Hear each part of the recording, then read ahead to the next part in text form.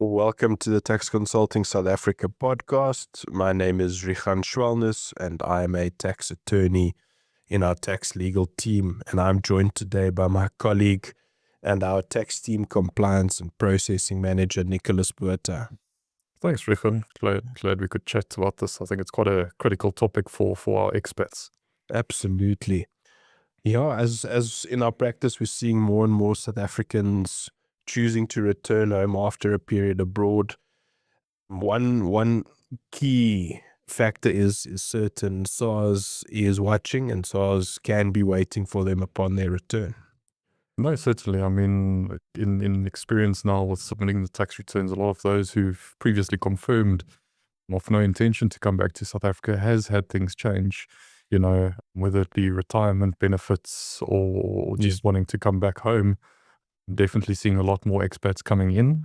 Right. And I think, unfortunately, that's nice for SARS as well. And potentially wanting to get their piece of the pie and asking, why have you returned? Either if you've said nothing at all to them or if you've actually formally immigrated already. So critical for them to get their affairs in order. Right. Yeah, fully agreed. And on that note, in fact, in recent times, we saw a new kind of notice being issued by SARS, framed in a rather vague fashion, but seemingly probing into the reasons why an expat had elected to return to South Africa. What are your thoughts on that article? Is it perhaps teeing that expat up for a further audit based on the disclosures they make? Yeah, no, I think you brought that across my desk a couple months ago. Yeah. And I think my immediate thought to you was intentional vagueness. Yes. Behind why is SARS asking such what seems to be an easy answer, simple question. Yes. But if answered wrong, could get the expat in serious trouble.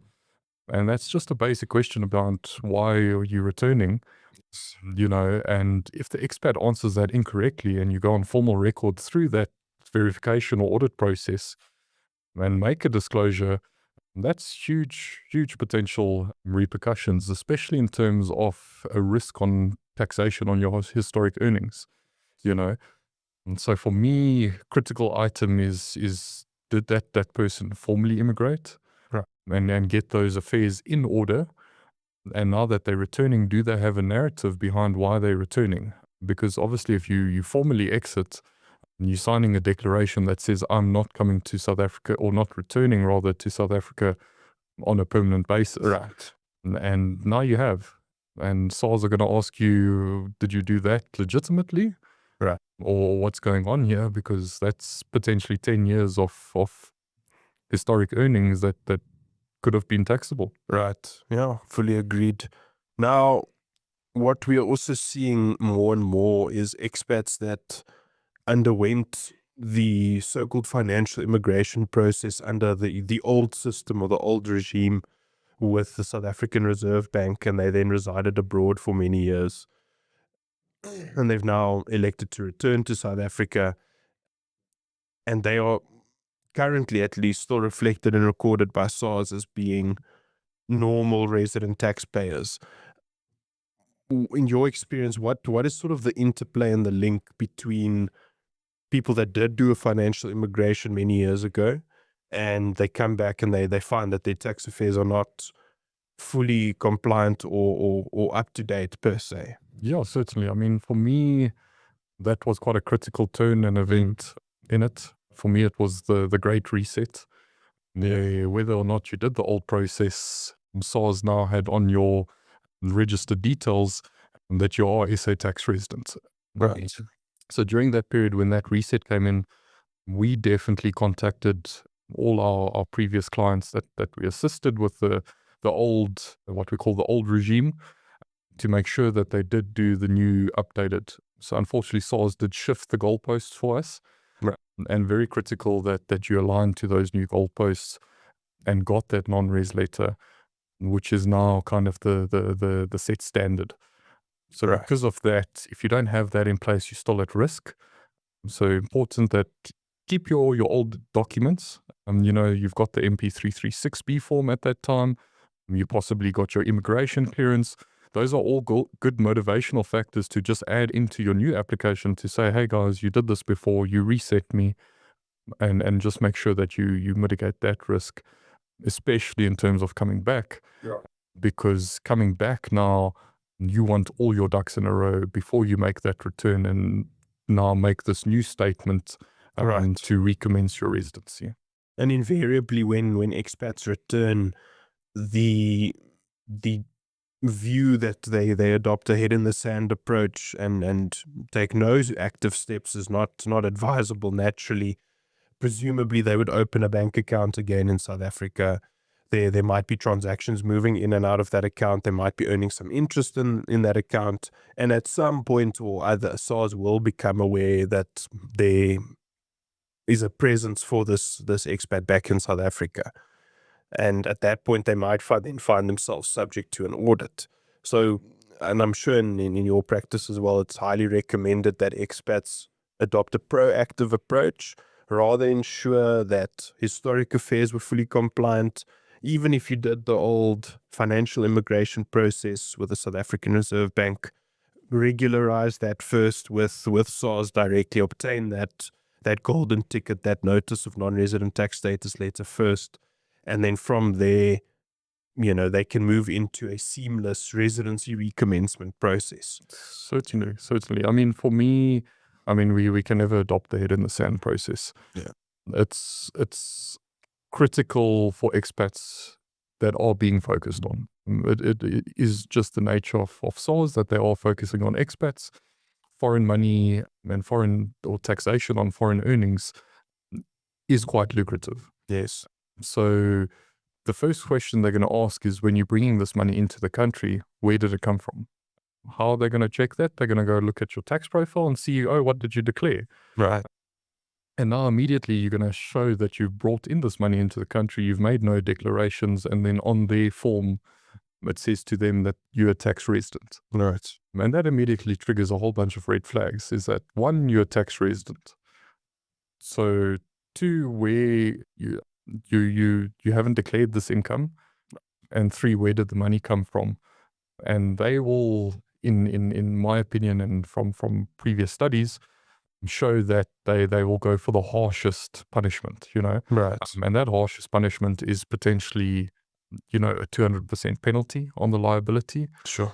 And what I have seen is that SARS will not consider any exemptions. And the reason they don't consider any exemptions or tax credits foreignly is that the law clearly states that an exemption is only given where claimed.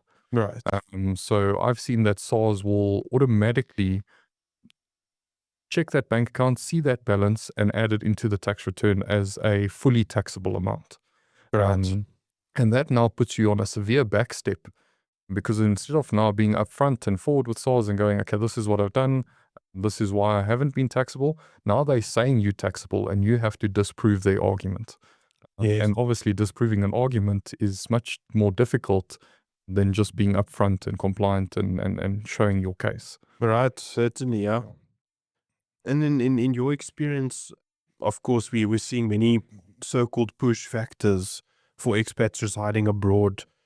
In recent times, with Trump being elected, there's a bit of turmoil in Europe. Of course, the ongoing Russia-Ukraine war, conflicts in the Middle East, all of these various factors are raising concerns with South African expats that have been abroad, in some cases for decades. Many of them are reaching out and exploring a possible return to South Africa, or have actually returned to the country already. Now, in your experience, have you seen any compelling reasons that would be accepted by SARS as part of that robust narrative that you mentioned? No, certainly. I mean, it's all leads down to your ordinarily residence test, and that test is in simplistic terms asking whether you're going to remain abroad permanently or return to South Africa. If you remain abroad permanently and that's your statement, you can stay there and cease your residency. But if you're coming back to South Africa and returning, then you can't cease residency because you remain ordinarily residents. Now, that is all about an intention factor. And Right. obviously intention can change. I mean, today I intend to go to the US. You know, the next year, elections happen, something changes, and now US isn't suitable for me.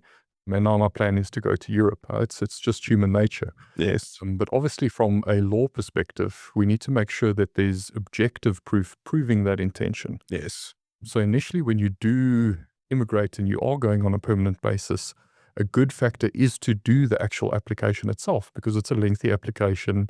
You're potentially paying exit tax.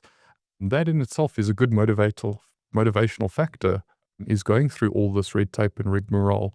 So very important to have that element closed off nice and neatly. And then your example is perfect. I've, funny enough, had a client that was living in the Ukraine. Oh, They wow. went on holiday to I think it was France or somewhere.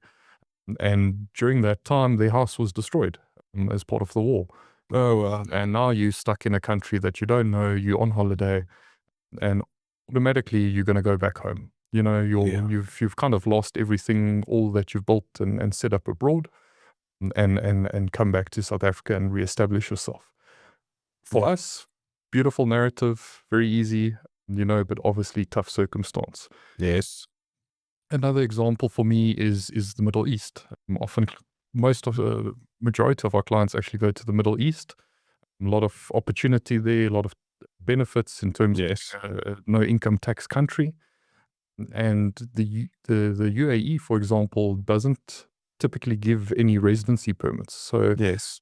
oftentimes they're just reliant on a work permit. Yes. And if you lose your work permit, or you lose your employment, you lose your permit. And then you Yes. have to leave the country. Yes. That's a very nice narrative for me, because obviously you're there on a permanent employment contract, and you've got this justification behind why you're there. You're building a life and possibly going to immigrate to somewhere thereafter. You know, so that's a nice factor to have, that something happened with the employment, it got terminated, and you return to South Africa. And then a more common one that we're seeing now, I think, is retirement in South Africa. Yes. So one of my clients mentioned to me, I can either live abroad as a pauper, or retire with my foreign money as a king in South Africa. Yes. You know, so I think it's a lot of our dreams to retire a nice beach house in Cape Town. Yes. And very appetizing. But obviously you then have to show the intention factor around that. Because if Yes. SARS can prove that that was your long-term goal, you're in trouble. Yes. Whereas if it just by happenstance you then got to that age, your mind shift changed, you know, and you can prove that it was more economically beneficial to retire in South Africa, we have to build that narrative. Yeah. But I mean, you more the legal side than me, so you know that intricacy behind the right wording and the right detail to support that, and that's Yes. why we picked up that vagueness that you want to avoid, and you want to make a clear definition behind. Yes. Today, or when I left, my intention was X. I stayed abroad with that intention, Yes. and then something happened, and we need that critical turning event for an expat to substantially prove and do that recommencement correctly, so that we don't place risk on that historic income.